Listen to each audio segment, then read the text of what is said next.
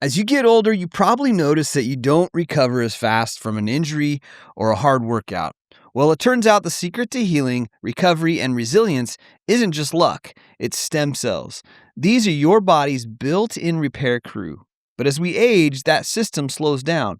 Fewer cells, weaker signals, slower recovery. That is exactly why Qualia Stem Cell was created.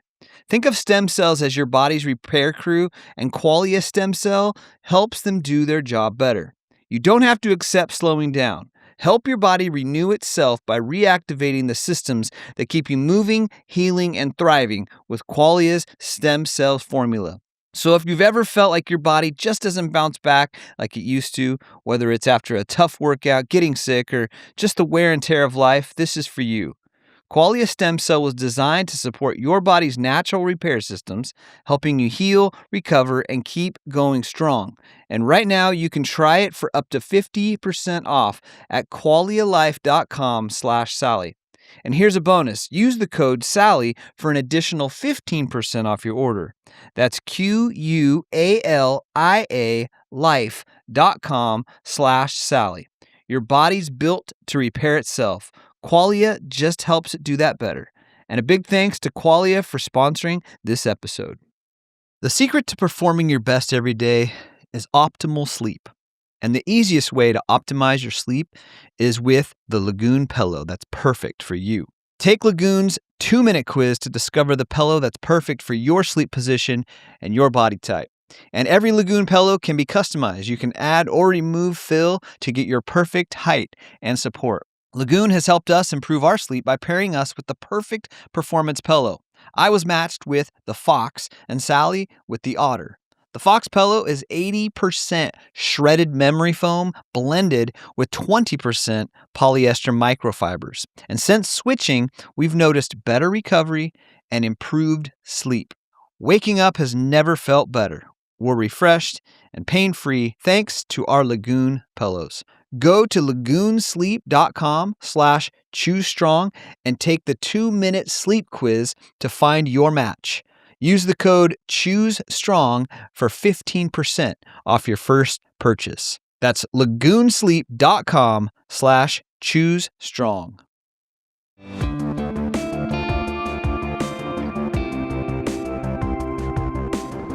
Hello, welcome back to the Choose Strong podcast. Eddie and we have just finished having an incredible lunch at the Corner Market here in Huntington Beach. This is our favorite place to go to in Huntington Beach. One, because our good friend Suzanne is the owner of it and her kids work there. Shout out to Olivia and John.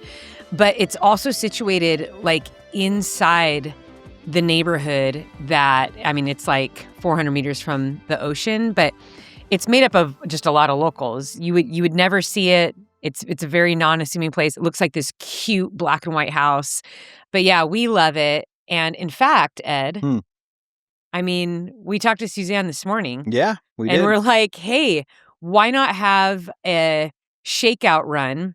Community, anyone can come do it for the Surf City Marathon on January 31st. We're just going to meet there. We're doing it. You want to give some details about that? We're doing it. The details are meet at Corner Market at 8 a.m. We're going to do a 25, 30-minute little run, come back, and have some coffee and some pastries, have some breakfast burritos, breakfast sandwiches, whatever your heart's content. We might be selling some Run Far, Lift Heavy t-shirts and hats, maybe.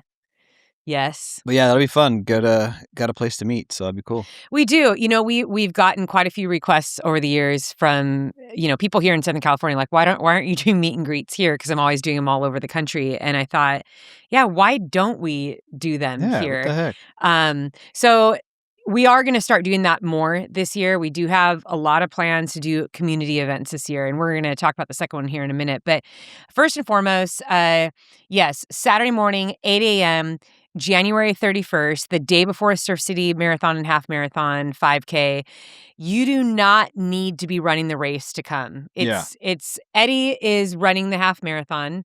Jogging, but yes. Yeah, we have been going to this race for many, many years. This was my first half marathon when I first started endurance running. Yeah. Back when it used to be called the Pacific Shoreline Yep. Marathon, and then it got bought out or an exchange of owners or something like that, and they changed it to Surf City. So this is a very popular community event.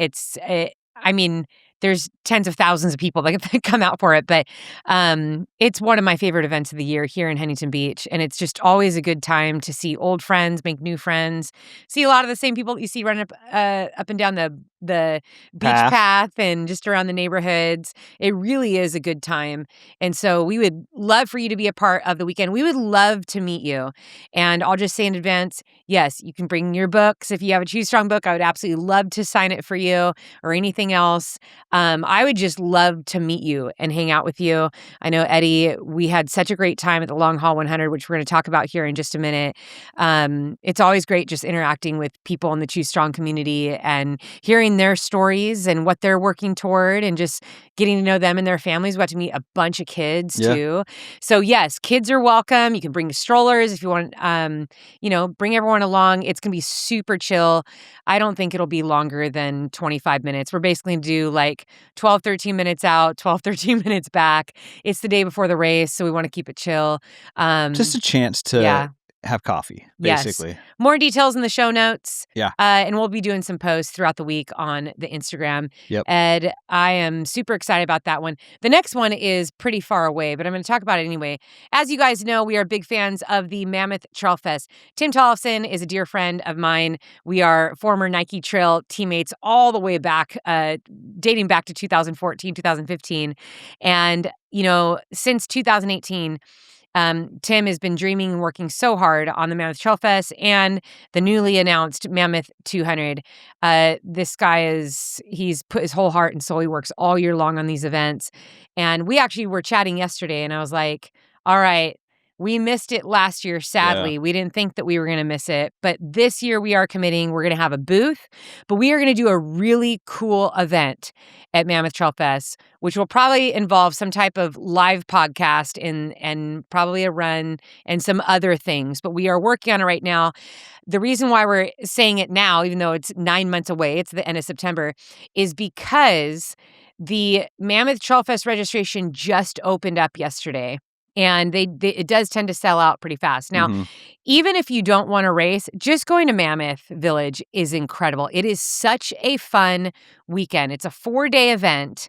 There is something for everyone. There's kids races, there's a road 10K, there's a 5K uphill race, and then of course there's the trail races too. The biggest one being the 50K. So come to race, come to hang out with the community. This event has gotten bigger and bigger every single year. I love being a part of it every year. And yeah, we have something super cool planned. As always, we will be giving away entries later on in the year. But for now, we just want to make sure you get that on your calendar. It's the end of September. And then, of course, the Shakeout Run at Surf City, January 31st, 8 a.m. at the Corner Market here in Huntington Beach. Yeah. Those are the announcements. Yeah, super exciting. Good announcements. Fun announcements. Yeah. Yeah. Really good. Ed, how are you feeling? How you feeling? I mean, how are you recovering from crewing and pacing 16 miles? Yeah. You paced 16 miles. I think that was your first time ever. That was your first time ever pacing a trail run. Yeah, you're right. Yeah. You did 8 miles the first. It was actually the first 17, time. but nobody's Loop 5 or 17. Yeah, sorry. I'm just kidding. No, you're right. 17 miles. You did 8.5 miles the Loop 5 because it was a 6-loop course. You did 8.5 miles Loop 6. Both of those were at freezing cold, dark times. Yeah. In the night. The 6th loop, especially, we're hitting a low point there.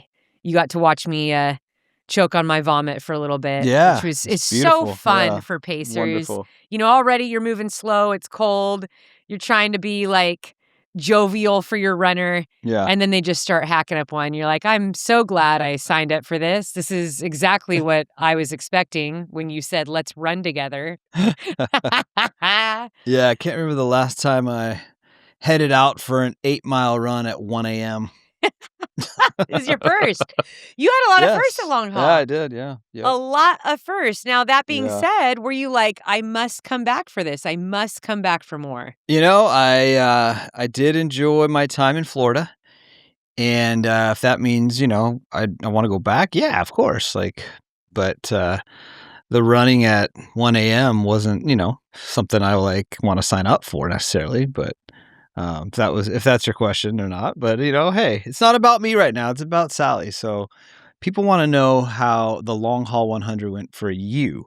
We So we are going to get into that, but let's first get into we it. got to acknowledge all of our runners Do it. Go that for it. have just started their watches. Yes. We have people who have just walked into the gym. We got Mhm. people working on the treadmill, on bikes, stair mills, all that stuff. I mean, it is 2026 goals right now. Oh, And yes. people are like, they're still riding the New Year motivation, Yeah. the one that like dies out after like 6 weeks. But people are still riding that right now. Is It's it like, 6 weeks? I thought it was like 2 weeks. well, 9 days is when a lot of people are like, 9 days. that was a lame goal. I'm not doing that.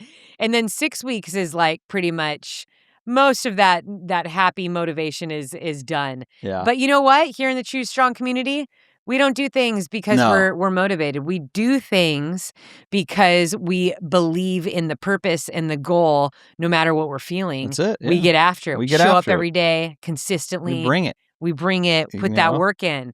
And yeah, but I'm really proud of everyone that's showed up today to get that training in. Whether you're out in the snow, in the sunshine, cold, dark, rain, whatever it is you're doing a great job. Yeah. To everyone that's watching us on YouTube, we are waving.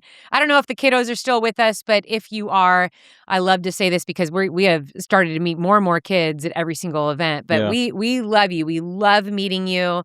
Love taking pictures with you. Love all the pictures that y'all draw. And if you're like a baby, we love holding you, Oh my gosh, right? yes. Yes. I got to hold a baby at long haul. And she just stared at me, sweet little River. She was the sweetest little 9-month-old She baby was. girl. And she reminded me of Isaiah. Like Yeah. when I was holding her, she was like that same just sweet like baby weight, Yeah, Isaiah yeah. was like the perfect weight. He came out like 8.5 pounds, Mackenzie, I was like, where's the rest of her? Yeah. I was like, she's too fragile. She's too small. And I was a big baby. I was 9.5 pounds when I was born. Like I love the babies with the big old cheeks and just the rolls, But sweet little River, she had the sweetest little cheeks. And I asked her parents, I was like, do you just kiss those cheeks nonstop? And they both had big old grins on their faces. But thank you for letting me hold Sweet River because oh my goodness, she's just the sweetest, most precious face. And Mhm. I got my baby fix. I will hold anyone's baby. I don't care if it's crying. I will hold your baby, maybe for a really long time. Maybe and too long where it maybe gets to the too point long where where like, hey, then- give me my baby back. where it gets awkward and Hey, that's mine. hey. Where are you going? That's mine. But anyway, kiddos, we hope that you too have set some new goals for yourself and that you are working toward those. Yeah. Whether you're on your way to soccer practice right now or football, baseball, gymnastics, dance, whatever it is that you're doing, we're really Ice proud of you. skating. Ice skating. You name it. Yeah. It's probably out there. Yeah. Love it. Shout out to the kids. Shout out to the kids. Yep. All right, Sal. So now that we have did some shout outs, let's shout out to the Long Haul 100 race. Let's do it. Let's talk Right? about the hidden gem of the Florida trail Right? community. Yes. Oh my gosh. I just got to say this. No one talks about the Florida trail community enough. No, I agree. Those are some good people. Good, great people. From the moment we rolled up Mm-hmm. to the race expo, Yeah. where we go and pick up our packet, Yep.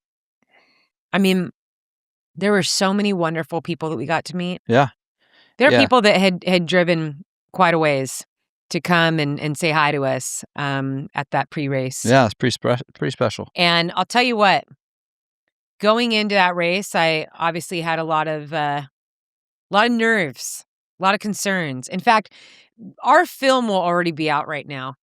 Yes. Yeah, you're right. When this podcast is released. So I can go ahead and say this now.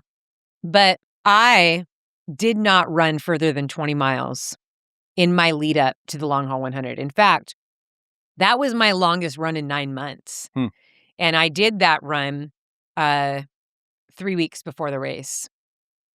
I definitely got my fair share of people who were fearful and worried and really let me know that what I was doing was stupid. They did it out of love. They do it out of love. They love Sally so much. Some of them were doctors and PTs that just wanted to say, "Hey, I know what I'm talking about," which I think they do. Yeah. I have a lot of I have many friends in the medical field, huge respect for. But there's also a side of me that's like, well, you don't know me that well because I've done the 100-mile distance for 14 years. So I've spent years on this distance. It does not scare me. I don't think that 100 miles is something that I think about probably in the same way that, maybe most people do. I think when you do something for so long, you just approach it differently. I would almost put it as the same way. Like, I can't imagine being a doctor and like resetting someone's arm after they've broken it. Like, I don't even know how to connect to that. Like, that sounds insane and crazy. Like, it does. Like, that, I don't even know. The same way for somebody sitting down at a piano and, like, writing a song. Like, I don't even know where I would start. That sounds so hard and difficult. And I just feel like when we work towards something for years and years and years, you earn the confidence, you earn the knowledge that you have gained. Yeah. And your experience is not something that can just be had overnight. It's not even something that you can get just, one or two tries or after a couple of years.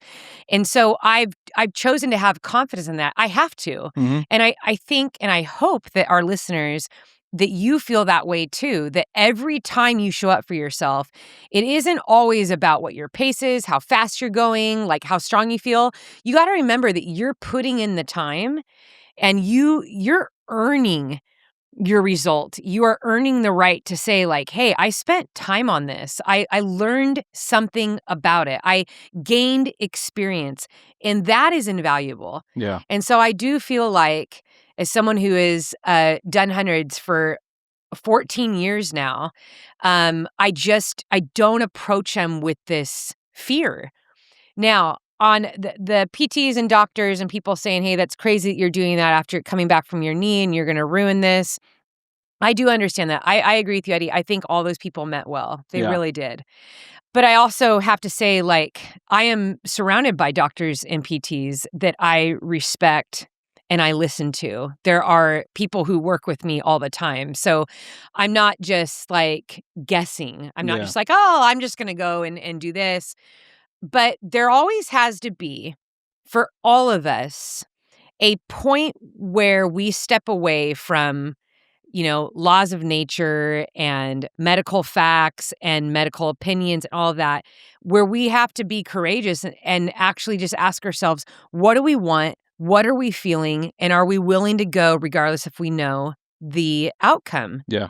And, you got to do that sometimes in life, especially if it doesn't mean like hurting people. Like, I'm not talking about things that are going to hurt or like affect other people deeply. It's like, this is really in relation to goals and dreams that you have for yourself. No one can feel your body the way you do. No one is inside your body. No one knows the day in and day out. And so you do have to have that confidence and that pride in your life as far as like, hey, like I care about this. Like, this is something that I really want. There also has to be a putting away of caring so much about other people's opinions. Because yes, the vast majority of doctors, seasoned athletes, PTs, coaches would say, hey, Sally, or just anyone, you've run 20 miles. That doesn't mean you should go run 100. Yeah. And I totally agree. I don't think I would ever tell somebody that. But I did take my 14 years experience. I do know I have a strong, resilient body. And I also do things based on faith. And I believe that I was built to do this. I know I was. And I love it. And stepping out in faith doesn't mean that you're guaranteed the result at all. That isn't it. It means that you're going to go anyway and be okay with what the result is. And for me, I'm okay with failing. I'm not okay with just not trying. Yeah. I'm not okay with not doing something because I'm afraid, because I'm worried, or because everyone is worried for me or they're telling me not to. And that's a really hard space to be in sometimes, because sometimes the people that tell us not to do something, it could be a close friend or a family member. And we do have to have those conversations. Eddie, let's be honest. How many conversations did you and I have, and I went back and forth? I came to you a couple Tons. times and I said, I'm not doing it. Yeah. Multiple times you said that. And I was like, yeah, it's a great idea. I don't think you should. And then 2 days later, you're like, nah, I don't know. Maybe I should. And then I'm like, well, really? And then the 2 days later, you're like, no, actually, I shouldn't. So yeah, you were definitely waffling between going or not. So And I think it's important to share that yeah. with our listeners. I'm not a superhuman. And even though I have confidence and real belief in what it is that I want to do, I really do believe that anything is possible. I still have doubts like anyone else. And every time that I came to you, I was like, I'm not doing this. It was like substantial reasons. Like these weren't just like, oh, I'm kind of afraid. I don't know if I can go that far. I wasn't afraid of the distance. Yeah. I know how to run 100 miles. I can execute 100 miles. You know, the last time I ran 100 miles was Western States 100, and it went terribly. I should have not have run that. I knew that in April leading up to the race. I shouldn't have run it. My system was so not ready after the Grand Slam of 200s. And I paid the price for that. I walked 50 miles on LaCroix sparkling water. Yeah.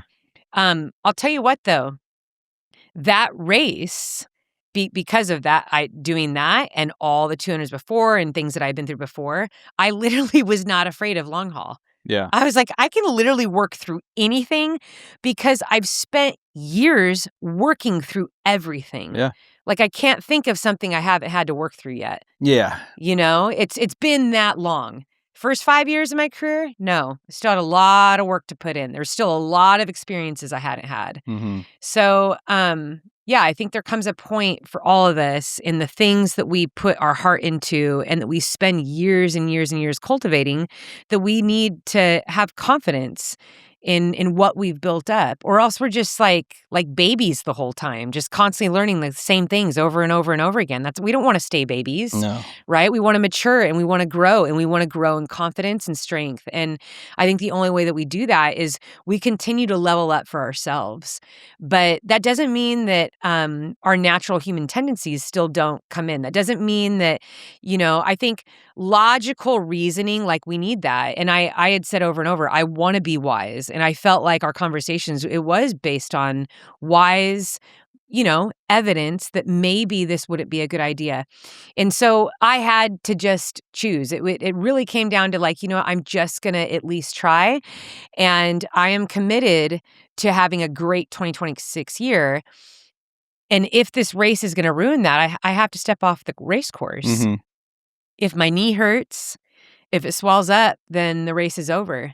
And at least I can know that okay, my knee was good for 30 miles. And that's what I was thinking. Yeah. I might go and realize it's good for 30, it's good for 50, it's good for 70.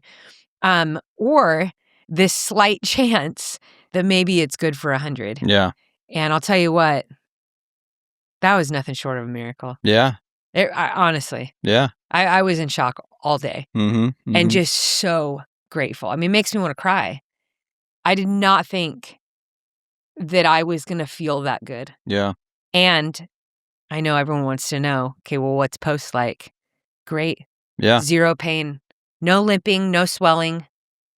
It's wild. Yeah, it is a miracle, to be honest. Yeah, it is pretty neat to know that through those conversations that we had going, no, I'm not going to do it. Yeah, I'm going to do it. You had some, because you would come back after a 6-mile run and be like, oh man, I don't know. My knee just I can sense something. I had some days. Yeah. I had some days. And that was only 6 miles in. You're like, I don't know, man. Can't imagine spending another 20 miles on this and it hurts at 6, right? So that was only a few weeks prior, to the race. So, those conversations were real because you were having those pains, those moments of bad, 5-6 miles. And that was okay, it was probably not a good idea. But then fast forward to the day that you're like, all right, I think we're going to do it, and then make the decision. If it's bad, I'm bowing out and get to the race, and it's like not one time, right? Like you had any Not pain. once. It's crazy. Well, I think I want to speak. We have a lot of people that have started listening more and more who are injured. Yeah. And we hope you listeners, please send the YouTube episodes especially, and then this too. Injury affects us mentally. Mm-hmm. There's an internal psychological shift that kind of happens where we've spent so much time in discomfort or genuine like acute pain that no one wants to be there. And we fear that. We fear that when we return that first run or that first week back to activity. Before we even put on our shoes, we're thinking about it. I really hope that my ankle doesn't hurt. I really hope that my IT band doesn't act up again. Like we hyper focus on that. And what the brain focuses on, it almost becomes. And we look for it. When you look for something so hard, I mean, you're probably going to find it. Yeah. You're probably going to feel it. And it's crazy how powerful our mind is. Mm-hmm. And I feel like the days that I had the bad runs was I started out my run with so much doubt. Maybe I had read one too many messages from people that are like, you're stupid, you're not ready, this is like not a good idea, I'm sorry, I don't know what you're thinking, this is really and I'm taking all that, right?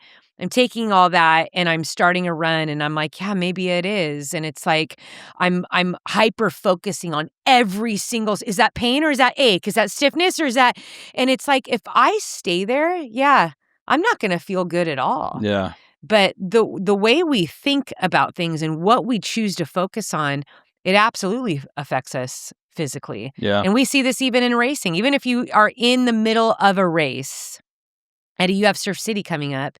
And we've talked about this before. When we train for a specific distance, it's wild how regardless of what the distance is, we always think the last 25% is the hardest. Mm-hmm. Right? Yeah. Yeah. When you do Surf City every year, like you hit mile 9 and you're like, dude, like this, it hurts. Yeah. But when you hit mile 9, when you did LA Marathon, you weren't saying that. You were cruising. You were feeling so good. You're just moving along. It's weird how powerful our minds are. Yeah, you're right. We compartmentalize things. We put things in categories like, well, this is the beginning. I'm supposed to feel good. Of course I'm going to feel good. I'm going to feel great. I'm eating great here. But oh my gosh, I'm kind of dreading about what I'm going to feel like in the end. And when we think that way, when we go into things already talking about what we're dreading, or as soon as we feel something, go awry, we're like, oh, that means this, this, and this, and this. I knew I shouldn't have done this. We are the ones who are destroying feeling better or getting to the finish line stronger or anything else. And so I think that some of those runs were definitely connected to my fear. Because it just, when I got to long haul, it just like we're clicking off. Like I come back from loop 1, loop 2, loop 3, and I was like, I finally get to 50 miles. I'm like, I have not felt anything. Yeah. The other thing that I thought was really funny, because I don't know if this is going to make the film, but I was laughing so hard because I was like, yeah, it's so weird. Like I don't feel my knee. There's like no pain. And Isaiah goes, you don't feel, what do you say? You don't feel he did your say knee something clever. or you don't feel the pain. And the idea was basically like, I'm good at not feeling pain. Yeah. And I think that was a big deal to me in this race was, I wasn't going to put icy hot on my knee. I didn't wrap it ever. Right. I didn't tape it. I didn't do anything. No. Because I was like, I'm not doing any like babying it. If it's not ready, it's not ready. Yeah. I need to see that it swells up. You took a picture every single loop of I the think knees. the only thing that you were prepared to do was if it did start to like bother you or whatever, that you were prepared to come in and ice it. Yeah. That was the only thing that we were going to do. Yeah. That we never did, but we were going to do. Yeah, we didn't do it. Yeah. Yeah, we got into loop 1 and it had been so freezing cold that I couldn't even really stop. I was like, I can't sit in ISIS. Like I'll spend the next 6 miles trying to warm it up again. Yeah. And we evaluated it. It wasn't hurt, swelling, or anything. I was like, it doesn't really make sense to ice it right now. Yeah. But anyway, I really want to send just a compassionate message to those of you that are recovering from injury and those that are just coming back and building back up again. Remember to train your mind. Focus on things that are good, that are strong. Celebrate every little win. And have hope knowing that you will get stronger. Have hope knowing that what happened months ago or weeks ago or whatever that injury was, you're not there anymore. You've already made every day that passes, you're further away from that moment. And we are all susceptible to injury. Some of us a little bit more than others, but that doesn't define what we want to do in the future. That doesn't get to dictate your goals. And I'll say this too. It's I know this has been displayed in films, and it's in some ways what I'm known for is pushing through some pretty gnarly physical pain. It doesn't mean that I don't know how to relate to it or that I just don't even feel it. I do feel it. I think it's important to feel it. There's a safety in it, and I think this is why I was so committed in the race. Like, I wanted to feel it. I think one of the fears I had told you is like, man, I hope I don't go into like crazy race mode where I just compartmentalize the pain and then I just like put it away. Yeah. I can't do that. Mm-hmm. And I think that, for all of us, our thresholds are different. What we've experienced is different. What our goals are different. What I pushed through in the Grand Slam of 200s was because of goals that I had for myself. But, I wouldn't do that in training. I wouldn't do that for a B race. I wouldn't do that for things that really don't matter to me. So, yeah, I think that all of that is really good to talk through because I think as athletes, especially when we're going for big goals, when we're recovering from injury, it's really easy for us to get in our head and we ask, well, but how do you know? But how do you know? I just don't know. I just don't know. And you're always second guessing and you're always wondering. And we meet with PTs and we're doctors and we're like, I just don't know if I can do that. And like, how will I know that I'm ready? And it's like, at the end of the day, you are going to be the number one person that knows. And you have to be patient in your build and you have to be okay with going insanely slow. I mean, as I shared earlier, my longest run was 20 miles. My biggest week, I think it was like 59 or 60 miles. That was my biggest week of all the 13 weeks leading up. Most of my weeks were like 20 and 30 miles running. And I think that was really difficult for me. I was like, this looks so different than anything else that I've done. But I was doing a lot of stair mill. I was doing a lot of bike. I was doing a lot of strength training. I was trying to get endurance in other ways. And then, like I said before, it was, basing it off of experience. But, the build back is difficult. Trusting again is difficult, but it has to be a day by day choice to just give your best and know that it eventually is going to turn out and you're eventually going to get stronger. And I know for me, my training will probably never be the same. I'm okay with that. I'll probably bike a lot more than I used to, but it is pretty exciting to know that I'm able to get back to doing what I love. Yeah. So we can dive more into the details of this race. Eddie, it was our first time to Florida. We flew into Orlando. We drove roughly an hour to our hotel. Yep. I don't think we shared that we took a red eye. This was probably like the craziest whirlwind of a trip. So why don't you start with, I don't know who thought it would be a good idea to do this. But, what time was our flight on Thursday? Our flight night? was 10:20.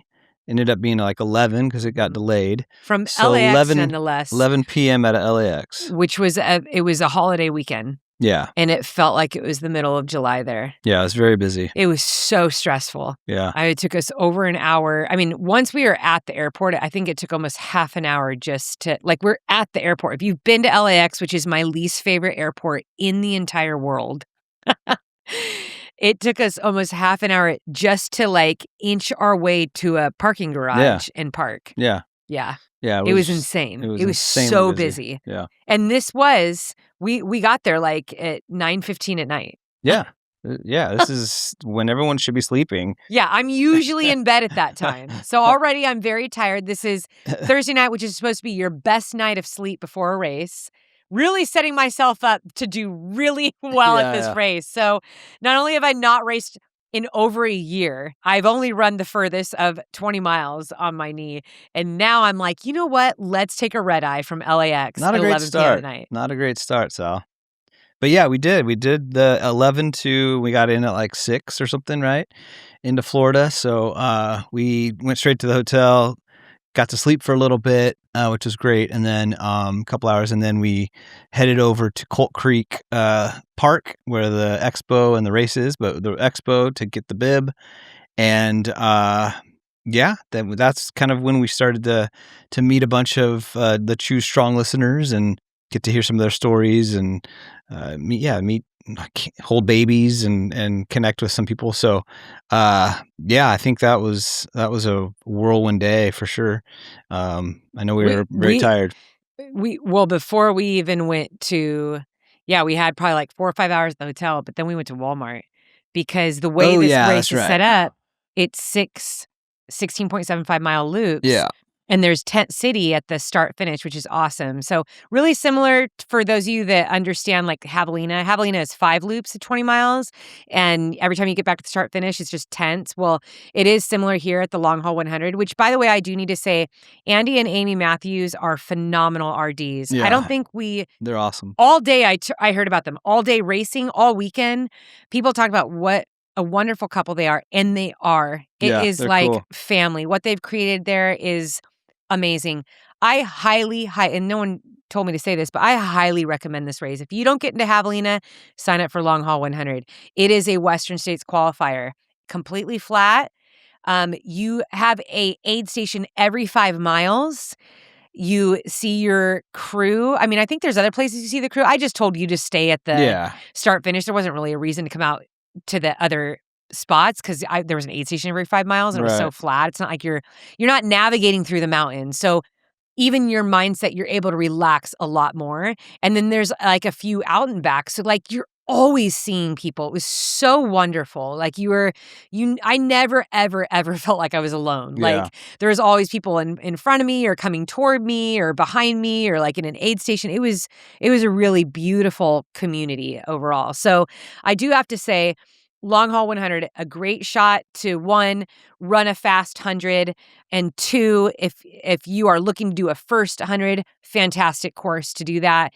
3, if you have family and friends or you yourself are looking to crew or pace and you're like brand new to the ultra trail running scene, this is a wonderful event to make an intro to, mainly because it's just so friendly and easy to navigate. Like it's not difficult at all.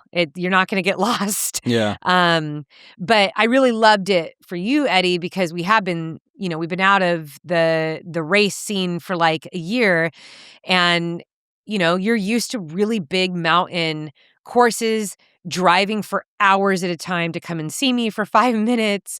It's hard. It's hard on you. It's hard on your body. It's hard on the crew when you're doing 100 and 200 mile races, like in the middle of nowhere in the mountains. So I just felt like when I saw the layout of this, I was like, Eddie's going to have fun. Yeah. And so I'd love for you to talk a little bit about that. Like your experience, like, we got to the expo and you were able to like set up your pop-up tent, and then just like what it was like for you, like every loop in the community and everything.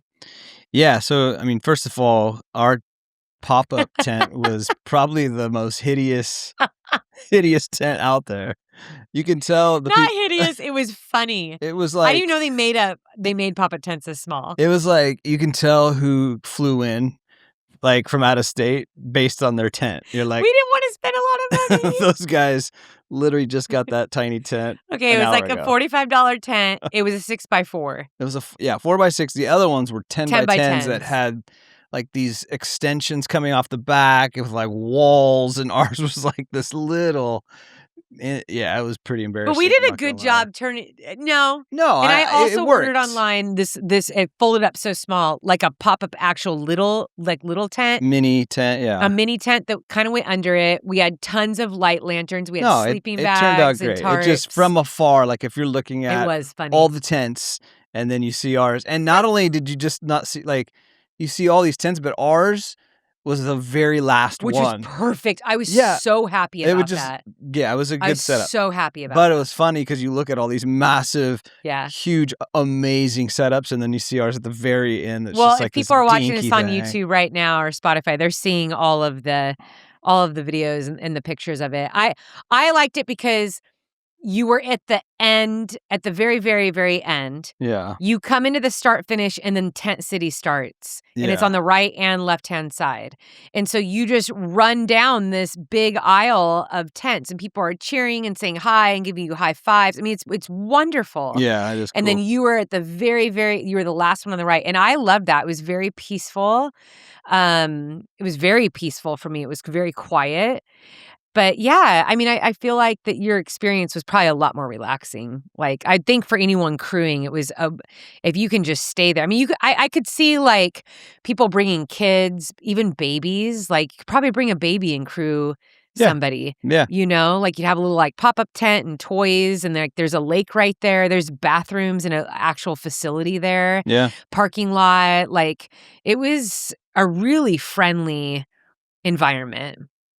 Yeah, well, I mean, I think it was those are always nice because like you just said, I'm not driving all over the mountain trying to time it right or, yeah, so just to kind of sit there and set up camp and, just wait is great. Yeah, because then you get to connect with everybody that's crewing And the did you whole do that? time. Yeah, Did you you get chat to with chat them? with them. Well, and- you got to sit next to someone. They were so kind, and they had a Starlink. yeah, that was a bonus. Well, it was huge because we were able. There's a lot of social media that we had planned, Yeah, and this is the biggest bonus of all was bringing our son Isaiah, yeah, who absolutely knocked it out of the park. he did awesome.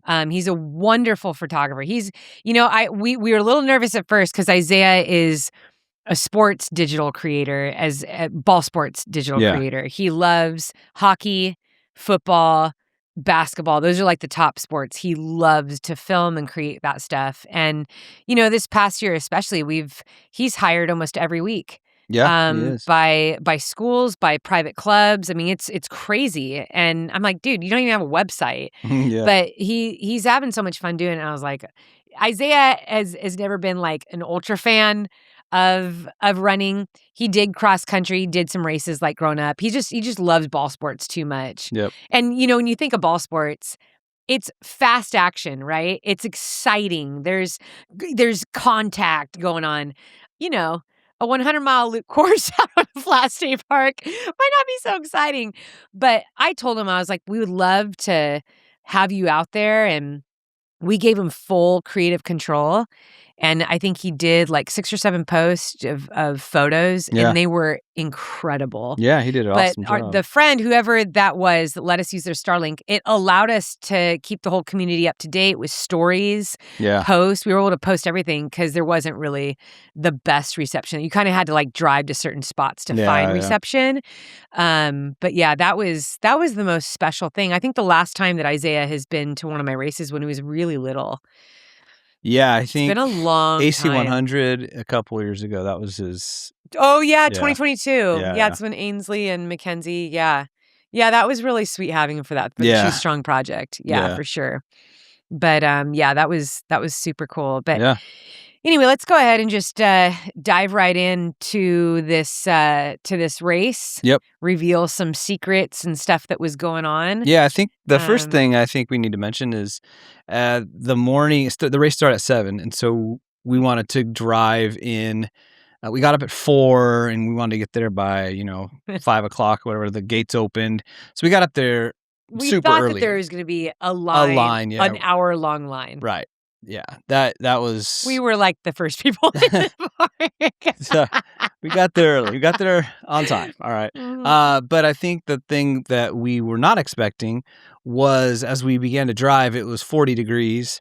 Yeah. And the closer we got to the state park, it was like 37, 35. And by the time we got there, it was 31. So it was like, 31 wait a minute. Fahrenheit, and we got a lot of 30, international. 31 listeners. degrees Fahrenheit. We were like, So it wait a was minute. freezing temps. I thought that people go to Florida in the winter because it's warm. And it was definitely not warm. It was 31 degrees. That was a big shock. big shock. I had on 3 layers and a puffy. Yeah, it was chilly. This beanie that I'm wearing right now, Yeah. I could not believe how cold it was. Yeah, it was really cold. Yeah. I was confident, though. You and I had tracked the weather, and we saw that it would be warm that day. There was this advisory that a winter freeze was coming in. We didn't know when it was going to hit. Well, I looked online, and it's like the one headline I saw, will it snow in Florida? That was all I saw. I'm like, of course. Like the one weekend that we are going to Florida, that's the headline? Yeah. No, it was pretty wild. It's fine. It started out cold, but whatever. It took me a long time to get warm. Yeah. And that was, wearing a puffy, a long sleeve, a t-shirt, beanie, gloves. I wore tights the entire time. Yeah, that's right. I committed to that no matter what, even if it was warm. I wanted to keep my knee as warm as possible. Mm-hmm.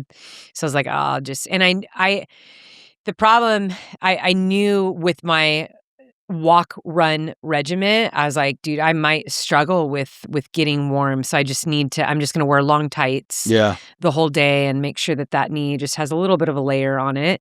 But yeah, we parked, got our stuff together. I realized it was really interesting, Ed, because when you opened up the back of the expedition, I realized, I was like, wow, it's been a long time since I've packed a pack. And I never, ever, ever wore one in training. Yeah, that's right. And, I was like, wow, it feels weird putting this on again.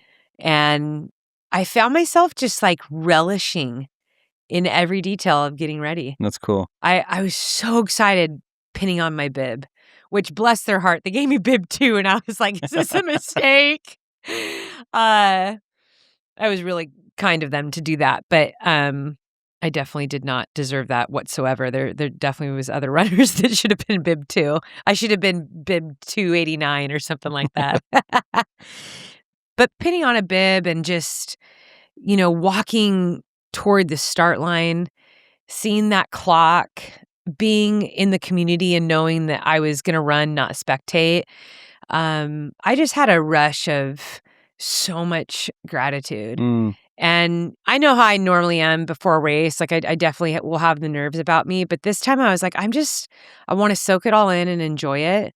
And I started doing my exercises. It was a little hard to get the exercises done because there was a lot of people there that wanted to say hi and take pictures and things like that. And it was really cool because I was so relaxed with that. Yeah. I was like, I was just chatting with people, with this band around my thighs, not getting a lot done. But I was like, I loved every interaction that I had. And I just felt so happy. But also the understanding of all these people that supported me. Yeah. I met families the morning of the race who had nothing to do with the race. They had packed up their car with their kids just to meet me, to wish me good luck. Yeah, pretty amazing. And it's like 6:30 in the morning. Like the sun's not out. And I think I teared up a couple times just realizing like, wow, like I don't deserve this. Like people are so kind and selfless. And it continued the entire day. Yeah. On aid stations and out and backs. I've never taken so many selfies and videos and given hugs ever in my life. It was the entire race was like that. Yeah. And spectators that came out, gifts, like people were bringing gifts. I'm going to start crying right now, but people were like bringing gifts to the pop-up tent, cards, signs. It just really blessed my heart. And I just felt so loved. It was the most beautiful return coming home to the sport that I love so much. And I couldn't have asked for a better race to do it at. Yeah. It was just such an incredible day. Yeah. And I think that's what honestly like sticks out the most. I couldn't believe it when I was finishing. I didn't finish and was like just wrecked, like so tired. Like I was tired because I hadn't eaten for like 8 hours, but like I didn't feel like I was slaughtered. It was like, oh my gosh, like I can't believe it's done. So yeah, pretty special. The people that I can't remember his name, but he was from Peru or Yeah. yeah, We ran together you ran a for a bunch. while, and he told me he had brought his mom and his son, and he was gonna do the race, and they were gonna go to Disney World. It was like, "Hey, well, I'll do this. We'll do this. And I'm gonna do this." Yeah. And then he's like, "Also, I brought you a yellow llama." And I was like, "What?" He's like, "I brought this little keychain. It's a yellow llama. I'm from Peru. Like, do you know the llamas?" And I was like, I like started tearing up right there Yeah. as we're running along. I go, "Are you serious? Like, you brought me a gift?" And yeah, oh man, I don't have it with me. It's sitting out on the counter right now. Yeah, I got a bracelet, I got a handwritten card and a little gift in there. I mean, there was some really sweet, really Yeah, thoughtful the gifts. whole race. I mean, I was bringing that up because he ended up finding me and telling me the whole story. He ran with you, and he told you about this gift that he had for you. And he pulls out this little yellow llama out of his little pack, and and make sure that Sally gets this. This is from Peru, and this is yellow for her. And then that was an instance. And then there was this girl Ruth at the aid station. She was just volunteering. That she came up and.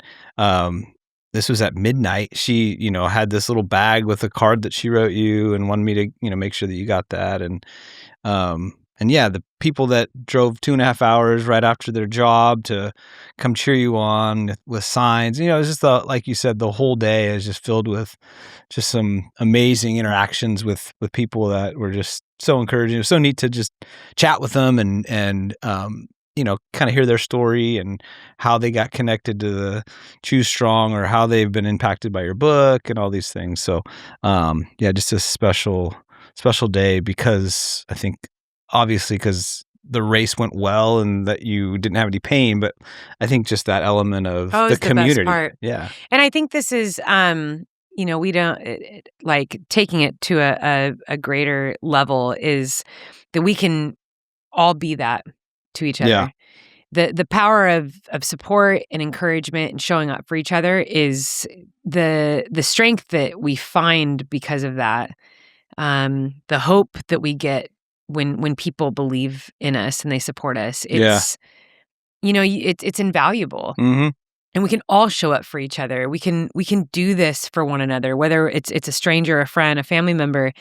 I think we're meant to do that. We're meant to be connected and to believe in each other. Yeah. And I think too, it's races are such a cool way to do it because especially as runners, we understand. Mm-hmm. We all understand what it's like to be injured. We all understand what it's like in the middle of a race when you've hit a low patch. And I think that's why trail runners, ultra runners, they end up making really strong connections with each other. You're finding your really close friends, tight-knit community there. Yeah. Because you experience so many highs and lows, the gamut of emotions that you experience just even in a single race. Yeah. They're not as consistently experienced in your everyday life, Mm-hmm. with your coworkers, with just, going out with friends. Like you experience such a intensity with people Mm-hmm. that it just creates a special bond. Yeah. Meal planning doesn't need to be time-consuming or stressful. It should be a simple process that helps you declutter your mind and plan ahead so you can spend more time on the things that matter most to you. That's why we use Plan to Eat. Plan to Eat is a meal planning app that helps take the guesswork out of what will be for dinner for the upcoming week. Creating a meal plan prepares us for the week ahead, and it gives us peace of mind that we are organized and it's one less thing that we need to worry about. The app has a recipe book that is completely customizable. You get to add all of your favorite recipes to the program and you organize them how you like. And if you're an athlete who tracks macros, the program has a nutrition calculator for any recipe and the ability to view macro totals on the meal planner. No more guessing or manual calculations. Plan to Eat has a 4.8 out of 5-star rating in the Apple App Store, and customers rave about how user-friendly the app is and how convenient it makes meal planning. And they offer a free, fully functional 14-day trial, no payment info required, so you can easily see if it's right for you before you pay. Choose Strong listeners can save 25% on an annual subscription to Plan to Eat. Sign up for your free trial at plantoeat.com/Sally. The coupon will be automatically applied to your account and can be used when you are ready to subscribe. Valid for new customers only when paying through the website. It was funny too, because I'm thinking of this situation. We're going to talk about each loop here in a minute, but that I think it was the 5th loop when I was out there pacing with you and you started throwing up. And it's 2 in the morning and it's pitch black. You can't see anything except for a tiny, tiny headlamp. It's coming towards you, and I just remember you puking, and all of a sudden this headlamp's kind of getting closer to us, and you can't see who it is. You just see the lamp. Right? That's it, right? And all of a sudden, like, you're puking, and all of a sudden he just runs right behind you, goes, "Praying for you, Sally." And mid puke, you're like, "Thanks," and you like keep puking. I was like, "Oh, that's a cool moment where, this guy is just like keeps trugging along, knows what you're going through, and just kind of says that real quick, and then you're like, 'Hey, thank you,' and you keep throwing up, and it's just kind of speaks to your point of your bond with other trail runners, and you get each other, and you have this hey, we're highs and lows, and and obviously.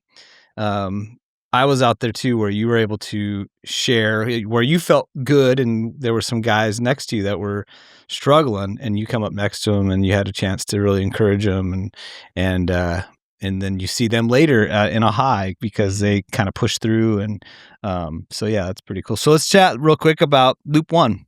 Let's break that down. How did you feel? Well, I know you felt nervous, you said, and but also as you were warming up and felt this peace, and you were loving the interactions. So once you got up to the race start there, and they said go, talk us through that first loop of 16 miles. Yeah, the first loop, there was this little voice in the back of my mind that was like, "Oh, I wonder how long am I going to feel this good?" Is the first mile, I really wanted to get warm. It was, I'm with a big pack of people, and everyone's saying hi, and you just hear conversations all over. I let those first miles are always fun. You just hear tons of conversations. Yeah. And the sun, it's like civil light by this time. You could bring a headlamp, but after 10 minutes you probably wouldn't need it. And thankfully, like, a few runners came up to me like, "Sally, you don't need that headlamp." And I was like, "Thank you." They're like, "You're gonna be fine. You're gonna be fine." Someone else was like, "Yeah, I've done this before. I did this last year. I had a headlamp. I totally regretted it." So I think I tossed you the headlamp, and I was like, "Yeah, I'm not gonna take this with me." So like that, the first couple miles, I was like, okay, just kind of get into that groove. But once I hit 10 miles, and I was like, wow, I haven't felt my knee at all. Like, I was pretty stoked. And then by the time I was probably like 2 miles from finishing the loop. I just got so excited, and I was just like giddy, like just so happy, like making my way to the, we hit the finish line each time. So I'm just going to say that. But like, you hit the finish line. That's how you close one loop. Yeah. And so making my way to that finish line the first time, I was like just on a high. I felt like it was just this adrenaline rush. And, it's the beginning. 6 loops is a lot. It is, So like every time I came in, I would say, 1 down, 5 to go, 2 down, 4 to go. Like, I love just like stating that out loud and reminding myself, like, we did 1, we got more work to do, and like we're moving along, and it helped me stay focused. Yeah. That was a really big deal to me. I think loop 1 was about warming up and just practicing like the form work that I've been doing the last 13 weeks, which has been pretty mentally exhausting for me. I've had to kind of adjust and really focus on every single movement of my body, and even like the way that I'm doing strength training and PT, like I'm spending so much time on hip and glute core, like just core strength, because I need to make sure that knee is supported. And one of the biggest things that I have done is just really shorten my stride. So making sure that my cadence is between 170 and 180 and that my feet are always landing right under the center of my body mass and that my shoulders are relaxed. That's huge. And so I spent pretty much the whole first loop doing that and just telling myself over, that first loop, we settle into that and then it's just, I won't have to think about it as much. But yeah, I was stoked heading out for lap 2. I didn't spend very much time at the aid station. I feel like I was there for maybe 5 minutes. Yeah. So loop 1, you came in a lot earlier than than I thought because. Well, I had predicted, I told you this before. I was like, hey, in my mind, I'm thinking fastest I'll ever come in is 3.5 hours. Yeah. But I was thinking that every loop would take me 4 to 5 hours because I had committed to the run walk strategy, which I did do from start to finish. There was never a loop that I just ran. Some loops was way more walking than others. I think the last loop I walked entirely. I barely ran the last loop. But yeah, it started to heat up during the day. And as the temperature rose, I walked way more. I mean, I was doing like 5 to 8 minute walk breaks. I had to be respectful of environment and just like the durability. Like even I knew, I trusted at one point my body be like, oh, we're doing this. This is what we're doing. But still knowing that it's like, dude, it's been over a year since I've like chomped down this much race nutrition, and just stayed awake through the night. Like all things that I don't even think twice about. So I really thought that 3.5 to 5 hours was good. I mean, the cutoff is 32 hours, and I was okay with, a 31:59 finish. I really did not care about my pace.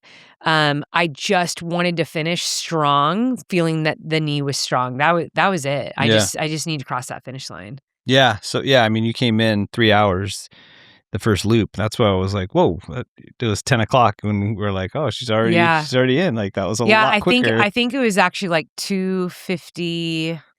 Like when I crossed the start, then I want to say it was like 2:56 or something like right that. around I think it 3 was hours. under 3 hours for the first loop, which I don't want to say I was particularly happy about that. I did have some concern because in my mind, I was like, dude, I was like warming up. I was talking to people. I was doing my walk run.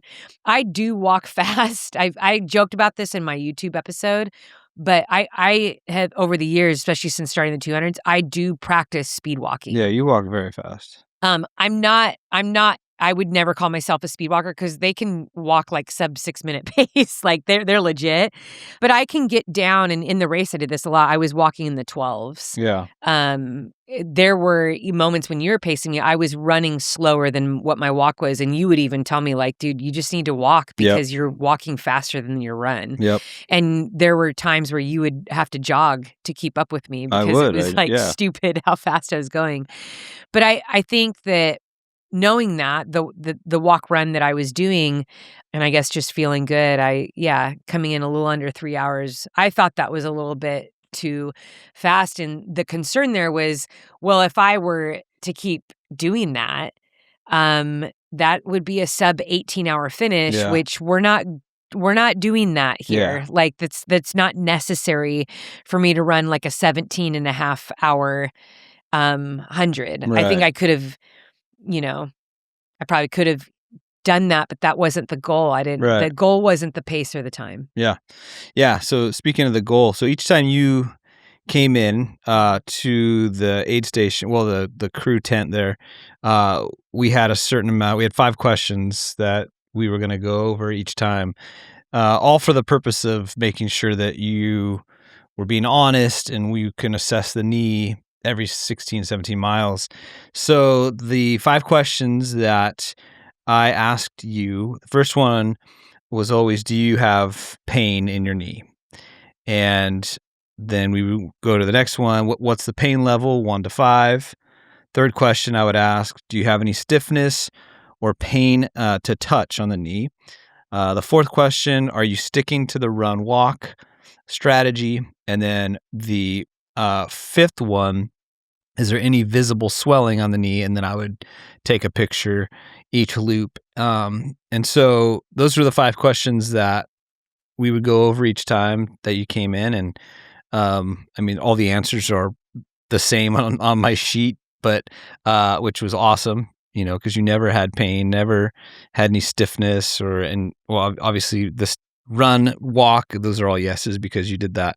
But there was no visible swelling, and so that was something that we wanted to make sure that we stuck to, and felt like that was always a good reminder for you to kind of check in, right, with your knee and see how it's going. And thankfully, like we've already mentioned, that it was pretty much a miracle day, that we didn't have to deal with any of that. So yeah, you came in 3 hours, first loop. Tell us about loop 2. Yeah, loop 2 was really similar to loop 1. I felt like the conversations just continued out on the course. I ran with so many people. Yeah. And made great friends with people out there. You see everyone the whole time, which I think too, it makes for a great first 100-miler, or if you're not comfortable in the mountains, is a fantastic course to do, because you genuinely are just, you're never alone. The aid stations are amazing too. Really, really fun aid stations and very friendly volunteers. I had a lot of fun loop 2. Finishing that one was exciting because it was my first ultra. That's right. So I came in, it was like roughly mile 34. Yeah. And I was like, wow, this is like absolutely the furthest I've gone. Yeah, and you felt good, which was amazing. Yeah, you were just excited. Yeah. Yeah, I think in the film you can see that, right? Like you came in each time and you're just like, man, this is just awesome. Like I'm just loving how well I feel. I had, there was just moments. I had so many moments. Every now and then I was by myself, Sometimes it would just be for like 5 minutes. There's maybe a handful of times it was like 20 minutes, 30 minutes that I would be running by myself. It was rare though. Yeah. And I would settle into prayer. I felt like it was a miracle. Yeah. 'Cause, sometimes be like, okay, what if the next step it hurts, or the next step, waiting for it, and then I was like, no, I'm just gonna not wait for when it's gonna hurt, but just appreciate every step. Yeah. And it was like, every step, say thank you. Like, yes, oh my gosh, yeah. Like it was just, I just had this permanent smile on my face, because as those miles clicked off, I finished loop 3. That was halfway point. That was 50 miles. And I think I came in, loop 3 was really hot.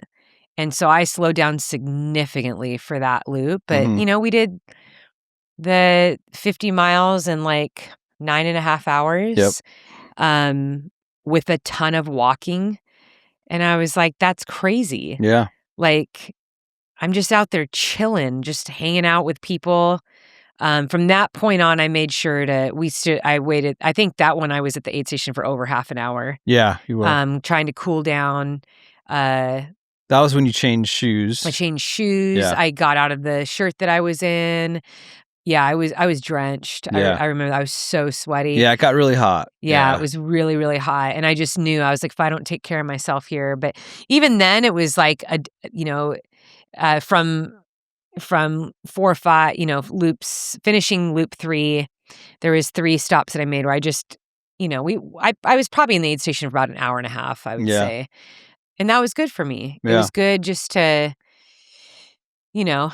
normally that's not easy for me. I actually do not like sitting down in races. I don't like changing my shoes. Yeah. I don't like assessment questions. Yeah. I don't like any of that stuff. But I think you and I we had a meeting, and I said, we have to focus on the goal.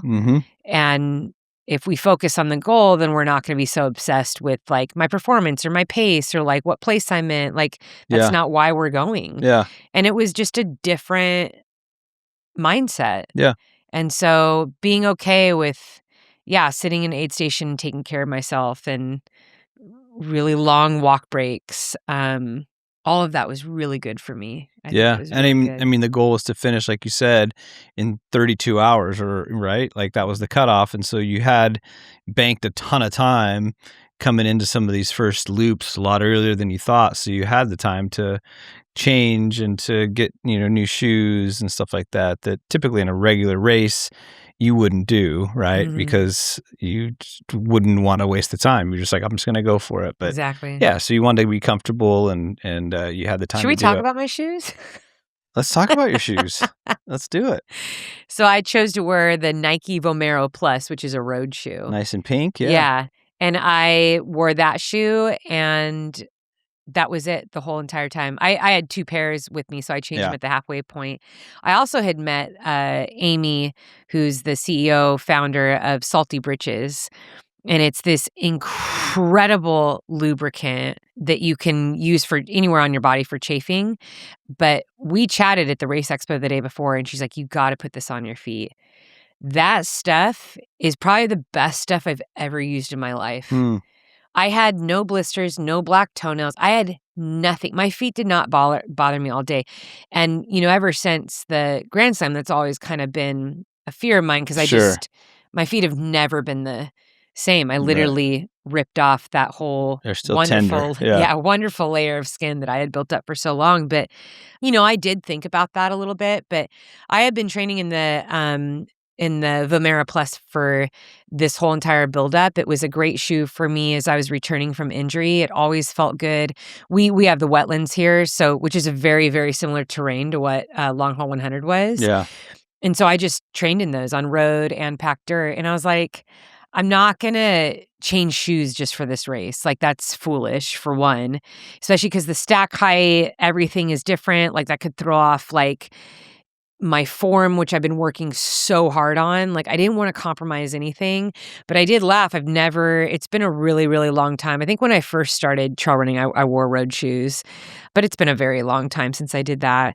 And yeah, my feet were amazing. So comfortable, no problems at all. And, but I will say this, I think this is good for people to hear because if you're newer to ultras, you'll find that one of the biggest learning curves is actually nutrition. And nutrition, as I've said many times, can make or break your race. It doesn't matter how fit you are, you get your nutrition wrong, you stop eating, your intestines start revolting, you're going to be moving super slow. Eventually, that energy is zapped, you get brain fog, you're uncomfortable. Sometimes this leads to people DNFing, which don't beat yourself up if it does. I mean, it's a really, really rough patch to be in if you are, moving at 35-minute miles, and you end up getting timed out, or just you're so uncomfortable into the night. It's rough. I had that in the back of my mind. And I think leaving for Loop 5, I didn't feel amazing. And the reason why was because I had been practicing my nutrition plan on the handful of long runs that I did leading up to long haul. And, practice it for 4 hours. That was the longest that Yeah. I had gone. And I don't think my system was ready for what it was that I was doing. I was very regimented. Like, I knew, okay, I'm going to get it was roughly around 80 grams of carbs, maybe 75, maybe 90 at times, somewhere in there, because I was eating at aid stations too, like just little bites here and there. But I had this bottle that I wanted to finish at every aid station. In my mind, it was every aid station represented an hour. And so every loop, I was like doing I got the numbers like wrong. So I force fed overloaded in those first 3 loops, and then the heat spiked. Yeah. The temperature went up and my stomach was just sloshing. Once you feel stomach slosh, that's not a good sign. It's time to go dry. It's time to pull back. Even it probably means you're going to slow down, but it is wise to get the stomach going again. So when I started Loop 4, that's what I had to do. And I started Loop 4 pretty much walking for the first mile. I didn't eat anything. I think I was sipping a little bit on coconut water, and I was like, dude, I got to get my stomach feeling better. It started to feel a little bit better. I think I had some quesadilla bites. I was able to sip a little water. In Loop 4, I eventually then just started drinking ginger ale. Mm-hmm. And if I resort just to ginger ale, that usually means uh-oh. That's like Gotta hold on here. you gotta. I'm literally holding on. I'm doing everything I can to get the calories in. Then I came back for loop 5, and that's when I was like, all right, we got 34 miles left. It's a little bit over a 50K. You were gonna pace me for the first 8.5 miles. Yeah. I was so excited that you were gonna do that. And I'd say for like that first loop, like we were feeling pretty good. I think I was throwing up a lot of loop 6. Yeah, 6 you were. Yeah, the last loop. Yeah. And so loop 5, we went out and I was just doing liquid. Yeah. So loop 5, I was just doing liquid. I probably had in grand total like 300 calories over the course of 16, it's almost 17 miles for all of loop 5. After you paced me, you left at 8.5 miles. I don't think I really had much after that. That's when I started throwing up. And it's funny that you talk about that guy that went by and was like, oh, praying for you. Yeah. Because I got into aid station 3, and right as I was about to get in aid station 3, I stopped and I was projectile vomiting into the bushes. And the like head of the volunteer aid station, the aid station crew chief was like, he came out and he's like, are you okay? And I was like, yeah, I'm sorry. You have to see this. He's like, no, I really want to make sure that you're okay. Yeah. I'm literally vomiting as he's talking to me. Like it's coming out. And I like smiled to myself. I'm like, this is us. Yeah. Like this is the trail community. It's so hilarious that we're like this, you know? We go to each other's aid. Like it doesn't matter what you're dealing with. Like that's just normal. Yeah. You know? And I told him, I was like, I really appreciate you checking on me. I go, I'll be in a second. I go, my body is just like not happy. That was the last time I was really able to get anything in. So I had about 4 miles to go there and got back to the loop for loop 6. You picked me up. Coming into loop 6, it was like I came in as a 5 down, 1 to go, and I just felt unstoppable. I'm like, we're finishing this. Yeah, it's like I got one more loop. Like, come on. I could crawl. Yeah. And we looked at the time, and I was like, there's just like no way. Yeah. Like that this is the time. I could probably go back and sleep for 4 hours. Yep. And get up and finish the loop and still have a lot of time left to finish. Like I was blown away. I just couldn't believe it. So we left loop 6 together, and it was cold. It was cold. And it was dark, and you were like, oh, maybe I'll do 3. This is like the furthest that you've gone. Well, I tried to get just 3. I'm like, I think I'll go with you for 3. Yeah. And but then I was in a bad way. Then you were bad, yeah. So the first aid station is pretty interesting. You leave the start finish and you reach the next aid station like roughly 3.5 miles in, like 3.3, I think it is. And I was not doing well. Yeah. I wasn't able to get anything I couldn't eat or drink anything. And then I just asked you, I was like, can you please just do this next 5 miles? Because that next 5 miles, because then you come back to that same aid station, you do like a lollipop. And that was just a rough section that I was like, just stay with me. So it ended up being really good. And then you got some great footage of me vomiting and I think that made the film. Everyone likes to see that. But that was the furthest that you've paced. It's the furthest that you've gone, just even in training a long time. Let's be honest. So we were going so slow that it wasn't like beating you up. It was probably beating you up more to go that slow. I think it's hard on your body when you have to move so slow with somebody. I don't know. I honestly, it was you alluded to it already, but your walking pace is like in between my like jog and walk, so I couldn't really like find a rhythm because I couldn't keep up if I walked. Yeah. But you kept like running ahead of me. Yeah, so if I would jog, I'd go way too far. Like I didn't have that like same pace that you did, so I had to figure that out. So sometimes I would walk as fast as I could, and I was like barely keeping up. Yeah. And then I would jog a few, but it was funny. The one guy, when I came into the aid station, the one guy goes, oh, you paced? And I go, yeah. He goes, and you wore that? Was like, you paced in that? I had a hoodie on. It's basically what you're wearing right now. Yeah, well, I had a hoodie. Yeah. Yeah, and some, some pants or whatever. And you had nothing with you. No, I had nothing with me. Nothing. And No water bottle, no no. food. And what I didn't when you're like, "Hey, maybe you can go the next 5." I Yeah. didn't say it, but, like, that 3, I'm like, because I was wearing the wrong socks. I had those remember those thick socks you bought me? Because it was, like, gonna be cold? I was, like, Yeah, wearing like those. the winter camping socks. Like Yes. those are the socks you wear when you like crawl into a tent to sleep. Exactly. I Yeah. had those on because I was kicking it at the aid station tent, Yeah. all day, and when it got cold, I put those on, and then all of a sudden, yeah, you're like, "Hey, you wanna jump in?" And I'm like, "Yeah, let's go, I'm in." But I kept those on for some stupid So do reason. you have blisters? No, I didn't have blisters, but you know how it was like, your It feet are, like, rubbed. just they didn't Yeah. rub, it was just, like, they were so tight in my shoes, and I was, like, walking really fast, it was just, like, a bad combo. Yeah. So yeah, apart from that, it was a good time. I Good time on loved the having trail. you. It was really nice. I just liked that you got to see what was out there and to experience Yeah, night trail running.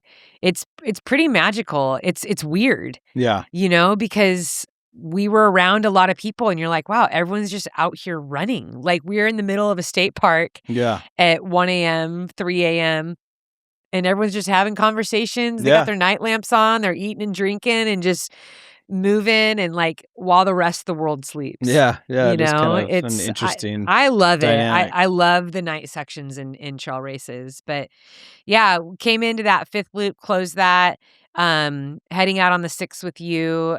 It was uncomfortable. I'm not like zero complaints though. Like I wasn't in pain. It wasn't a terrible day. I was just uncomfortable. You were I uncomfortable and you weren't eating, and so you got super tired. I Like, got you were really really tired. sleepy, Yeah. hard to keep your eyes Yes. open, kind of that last because you weren't, like, pushing yourself and running, you were just, like, walking really fast, and so it was easy for you to, like, settle in and just, like, Mhm. let your eyes close for a little Yep. bit, especially if you knew it was kinda a straight shot. You weren't climbing a mountain or whatever, right? Yeah. I did start wandering on the trail, and then you gave me a ginger chew, and it woke me up. Like, I was, like, wide awake when you gave that to me, Yeah. and then before you left me, gosh, what was it?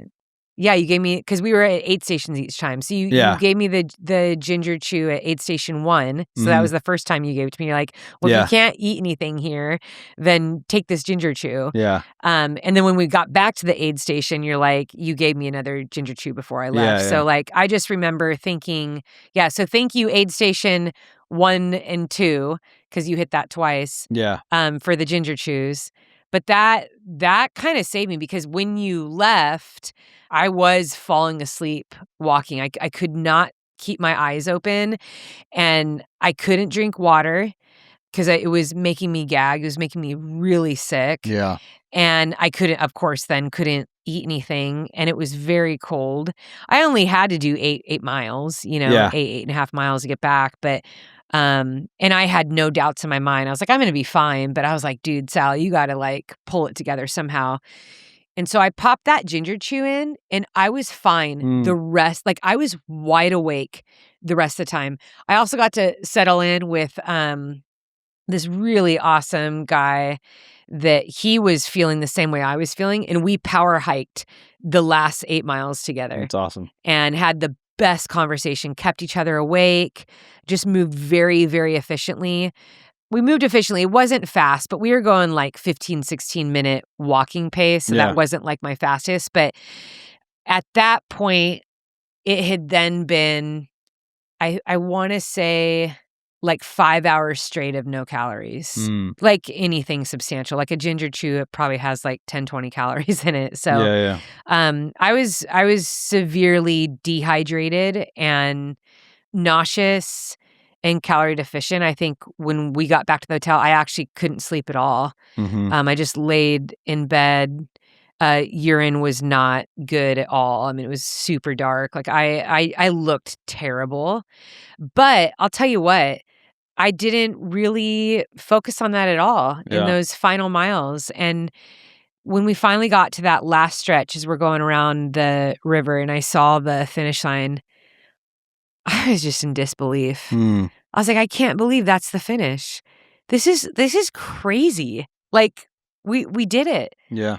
Yeah. And all you guys were there. You, Noah. Noah's our other camera operator. He's the one that's been helping us with the editing. Yep. Isaiah. It still is surreal. I'll be honest. It still has not completely sunken in what we did. And I'm just so grateful. Yeah. I mean, it's just awesome to finish it. But then I think the best part was to have no pain. No pain in the knee. You know, Not that was huge. Not one step. Yeah. No achiness. There's achiness, there's stiffness, and then there's pain. Yeah. Right? I had none of it. Yeah. Pretty amazing. And I didn't have it the next day or the next day. Like right now I've been fine. I'm back to training. Today is Wednesday. We got home late Sunday night. Yep. I took Monday and Tuesday. I was dedicated to that, to do zero. Like, I didn't even do stretching. I was like, nope, we're just going to sleep. Yeah. We did hyperbaric. Yep. Just as much like laying down as possible. And you want to show and you got a that wonderful, well, we you got show this. it off. I really do mean this, It's listeners. a cool This was a team effort. It was a community effort. I say community because the Choose Strong community, I felt your prayers. I read your words of encouragement, your messages. You touched my heart. You helped me believe in myself. And they were out there. They showed up too. Yeah. For those of you that showed up there, Eddie, you were monumental in this as well. The whole long haul community, the RDs, Amy, Andy, Matthews. I couldn't have done this without you guys. And just, when it comes down to it, it's like, it's pretty amazing what happens when we just believe. Mm-hmm. And I went on faith. I mean, that's purely what it was. I didn't deserve this. This isn't what I was to have that kind of day. I was not expecting that at all. But I also believe that anything is possible. Yep. And that race definitely showed me what's possible. And I'm just so grateful. Yeah. Yeah. Pretty exciting. Also, no gators. Well, you didn't see any gators. I did. I think that was, besides meeting the community, besides you finishing, besides you having no pain, I got to see a Florida gator. So that was, I can check that off my list as like going to Florida. I'm like, yes, I got to see a Florida gator in the wild. Eddie's a good man because he did not tell me about seeing a gator. I did not. He knew. I was genuinely very fearful. Yeah. Because we don't have those here, for one. Yeah, of course we got bears and lions, which I know that some people on the East Coast where they don't have them, those terrify them. Yeah. We just have different predators. I know gators and crocodiles are different. I think crocodiles are a little bit more aggressive than gators, as I've learned. Okay. But I just know the crocodiles show their teeth. Yeah. Gators don't. And I don't know what other differences. I don't really care because the look of a gator. If I were to see one of those things in the middle of a trail, I really do think I would have like crapped myself. Yeah. And went screaming. Well, you did say you were running. I was pacing. And you did say something like to someone else in the race. They mentioned something about gators, and you're like, yeah, many people haven't seen them yet. Haven't seen it. I was like, biting my lip. Oh, really? I didn't want to say anything. Funny. Yeah, you were very wise to not tell me that you had seen one during the day earlier that day, because I definitely would have freaked out. But I think it was a joke among a lot of the Florida Trail runners that. And they would bring it up with a big smile, and I was like, "Oh gosh, I like feel so dumb because clearly it's okay." But some people were like so like just compassionate. They're like, "Hey, just want to let you know, like it's way too cold." Yeah. And I was like, "What do you mean?" They're like, "Dude, they're like cold-blooded. Like when it's this cold, out, they don't even want to move. Like they're just gonna stay in the water. Like they don't like people." Someone was saying, they don't like they don't like people. They don't mess with people. They're like lizards, they just whatever. Like when it's cold, they stay away. They're skittish And then the one person said, "Yeah, and if they do like run after you, just move side to side. They can't like go like." I'm like, I hope I don't get to that point where I have to run side to side. If I got to that point, it's too late. You're gonna be tripping. Well, it's funny because like the one gator. Well, here's how it happened. During the day, Isaiah and I went out to this dock that overlooked the lake that was right there at the start and the finish, and we were just kind of hanging out, taking pictures and killing time, just having some hangout time. That was And right behind the pop-up. yeah, it There's was. there's this awesome little lake right behind the start Yeah, and people were out finish. there like fishing. People were Yeah, out there in really the cool dock. canoes, and Yeah. so we were kind of just hanging out there. And Isaiah's like, "Look, there is a gator way out there." And so, honestly, for 3 minutes, we were staring at it. I'm like, "That there's no way that's a gator." And he's like, "No, it is. Like, watch. If you look, it's moving." And I go, "There's no way." So I was like, literally staring because I wanted to see a gator so bad.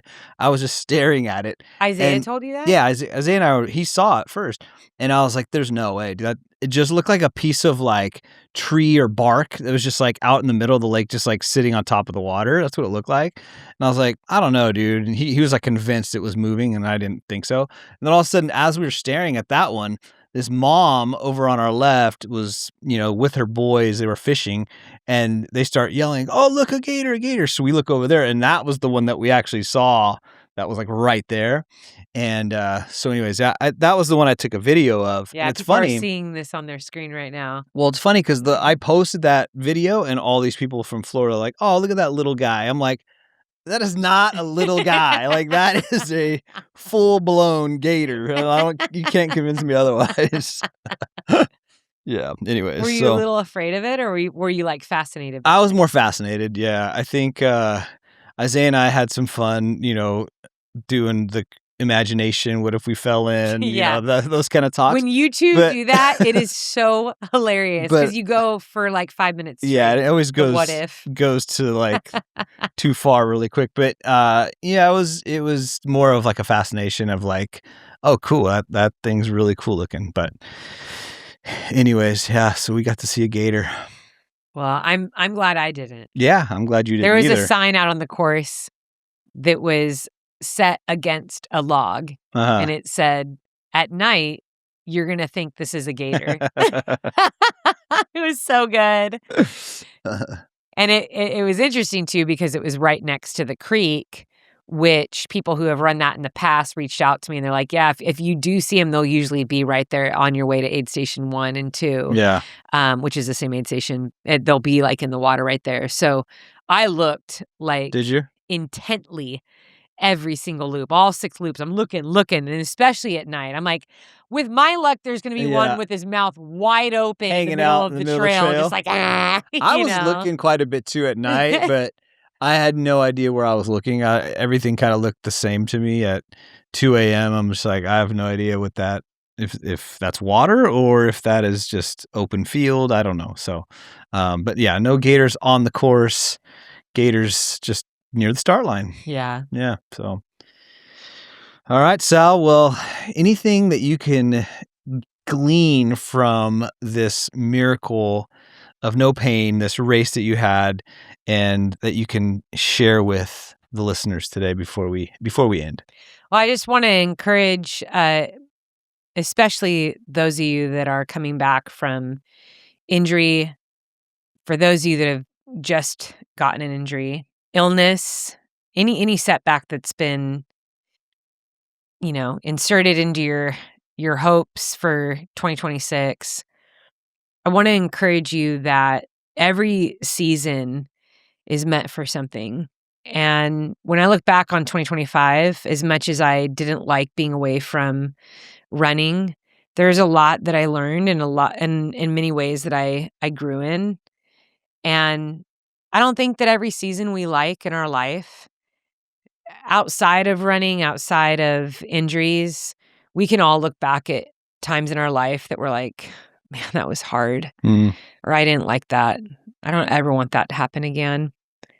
But the truth is, we have gotten through 100% of our struggles. We've worked through 100% of every terrible, difficult, sad, tragic, downcast season and challenge in our life. And all of those just prove our strength, our resilience. And so I just really hope that if you are in that rough patch, that you remember that it's not meant for nothing. And some of the races that have meant the most to me are the ones that happened right after a big letdown, right after I DNF'd a race or I failed miserably to reach my goal. In this case, coming back from an injury. Sometimes those have been like the greatest races. It's the return.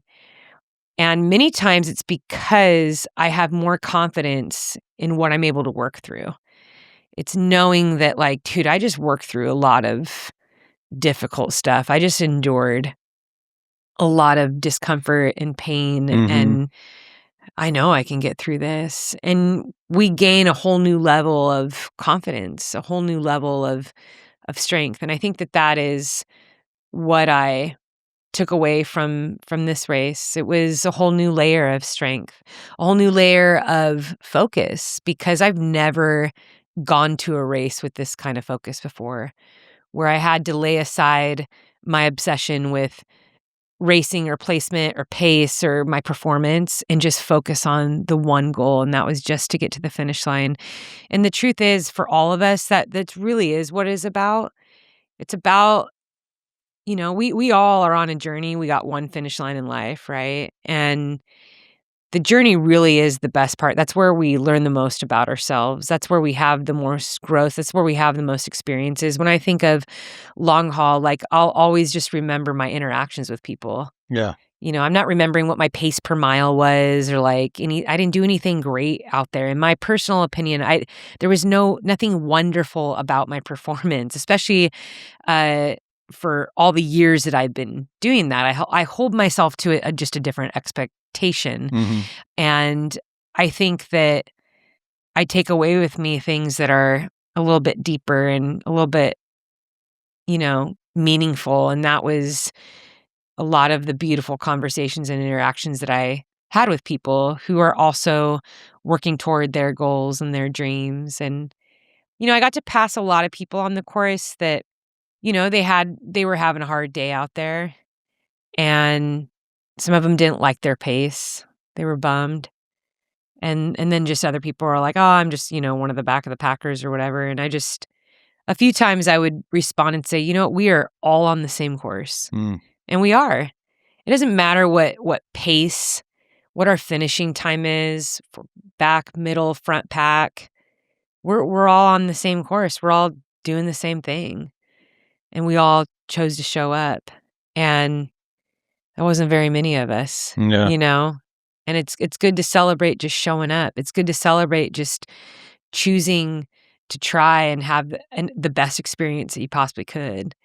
And whether we finish or we DNF, it's valuable. All of it is valuable, because at least we put ourselves out there and gave it our best shot. Yeah. And I think going into long haul, I was very aware and very accepting that there was no guarantee. There was nothing pointing in my training or anything in the last 9 months that would say, yeah, you're going to go smash 100.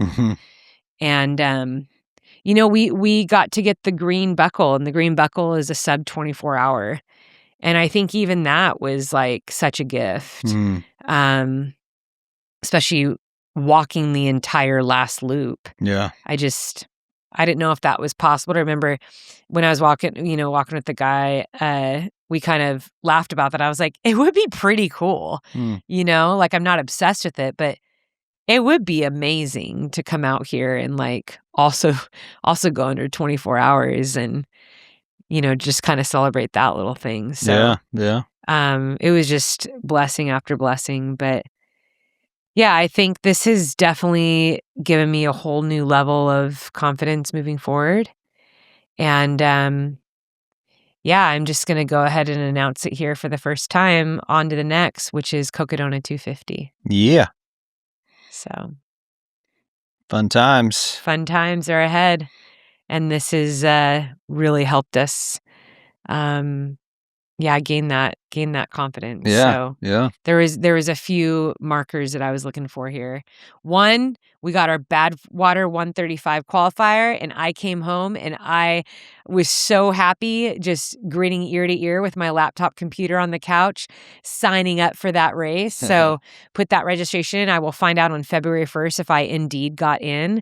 But two, just knowing like, Cocodona is 3.5 months away, and having 100 miles on my body, like I also needed that. So I didn't talk about that a lot. I haven't talked about Cocodona. I signed up a long time ago. Jamil was so kind to kind of hold that spot for me. But as soon as it like went live online, within 24 hours, I had so many people contacting me. And like, dude, what? But I didn't want to, I haven't like officially announced it because I'm like, dude, there's a few things I need to do to actually like move forward with that. Yeah. And so, yes, the long haul 100 gave me the confidence to be able, and the qualifier to register for Badwater 135, but it also gave me the confidence that like, hey, your body, like your starting point right now, January 2026 is 100 miles. Yeah. And so you can proceed to train for 250 miles right now. Yeah. Because Badwater's at the end of July. It's almost like August. I mean, that's this it's year 7 it is? months away. Oh, yeah. Yeah. So, and I knew, I was like, I can do 135 miles on the road in 7 months. I was just super bummed that I would have to do 100 miles in January. I would have loved to kind of build up a little bit better. Yeah. But I also knew, Cocodona 250, it's my favorite 200. It's one of my favorite races in my entire career, even though it was one of the most uncomfortable races I've ever had. I've wanted to go back ever since I crossed that finish line. And in 2024, we had some different goals. And then 25, there was just no option at all to do it because of the injury. And so, when I had talked to Jamil about it, I was like, man, I want to be out there. I don't consider me or even mention my name with top women racing, women to watch. Not at all. Especially as I'm building back, and the field is like so incredibly deep with phenomenal talent. I'm going back because I love that distance so much. I love the community, and I do just want to do better than I did the first time I did it. So it'll definitely be a race against myself and just wanting to improve. And, even if I improve by an hour, 2 hours, if I can just move better than I did last time, take care of my body better, that's really, what I want to do. I know that was like your favorite 200. The community there was pretty awesome, and you had a good time. Yeah, it's a great race. And there's a lot of people in the community that are doing like the other distances and stuff. Yeah. So we're going to have so much fun with that race. But yeah, the 100 at long haul, it was kind of multifaceted. And it gave me, just feedback. I as I said, I wanted to be wise. And I think this was an indicator of, good feedback of like what I can do in my training moving forward. Like I said, my longest run was 20 miles. I was really hesitant to ever even go past 20 miles. I did it that one time, and then I never did it again. Yeah. It was a lot of like 8 miles and 10 miles and, maybe a 12 or 13 here, and then a lot of 6 and 5 and a lot of biking. Yep. So, yeah. But I can't say it enough. Thank you, listeners, for your encouragement, for your kindness. Eddie, thank you so much. You are the king of crew chiefs. You were patient and very balanced and even just all day. No drama, kept things simple, took such good care of me. It was like a really smooth day. There was no drama at all. Yeah. And I don't consider the throwing up drama at all. It was like I would throw up and just kept That's moving. just part of it. Yeah. Yeah, I wasn't like laying on the trail. I wasn't writhing. I wasn't in any pain. No. It's just part of it. I'll nail that nutrition next time. I already have it set up to meet with a nutritionist to make sure that, we dial some things in and we don't experience that again. But, that's part of it. If you're brand new to ultras, it is part of it. You're going to be okay. I used to be really afraid of throwing up when I first started ultras, but sometimes it's good. Like you clear your system and then maybe you sip on water and a little bit of electrolytes and then you have like a clean slate and you can Yeah. start like patting the belly again. And sometimes you like come back stronger after that. So sometimes it's just like your body saying like, hey, what you were doing was really stupid. Like maybe like slow down or don't eat that or and that's definitely what it was for me. My body was like, that was way too much that you were shoving in at the first half of the race. And we don't like that. And we're stressed out. We haven't done this in a long time. And yeah, I went from 20 to 100. So that's a pretty normal reaction to have from a gut when it hasn't been trained for a year. But, we're going to build from there. And Yep. I'm just excited, Eddie. The next race that we're going to do is you on the road here at Surf City Marathon and half marathon in Huntington Beach, California. Like we said earlier, we would absolutely love to meet you, meet your family, hear about what it is that you are doing. We are going to have some Run Far, Lift Heavy gear. If you're interested in that, we'll be meeting at the Corner Market Cafe in Huntington Beach, California. We'll go out for about 25 minutes. It's a shakeout the day before Surf City Marathon. You absolutely do not need to be running the race to join. Anybody can join, and you don't even need to run. Like if you want to walk, you can too. Because like I said, it's just an out and back, about 12, 13 minutes out, and then we'll turn around and come straight back and just hang out. It's going to be a good time. Yeah. Looking forward to it. Yeah. Anything else, Ed? I think that's it. Yeah. Let's sign off here and congrats on a successful long haul 100. Thank you, Ed. And for those of you that are still listening, thank you for choosing to push play today and finishing up your run or your lift or your bike, whatever you're doing right now. And like Sally says at the end of every podcast, keep choosing strong in all you do.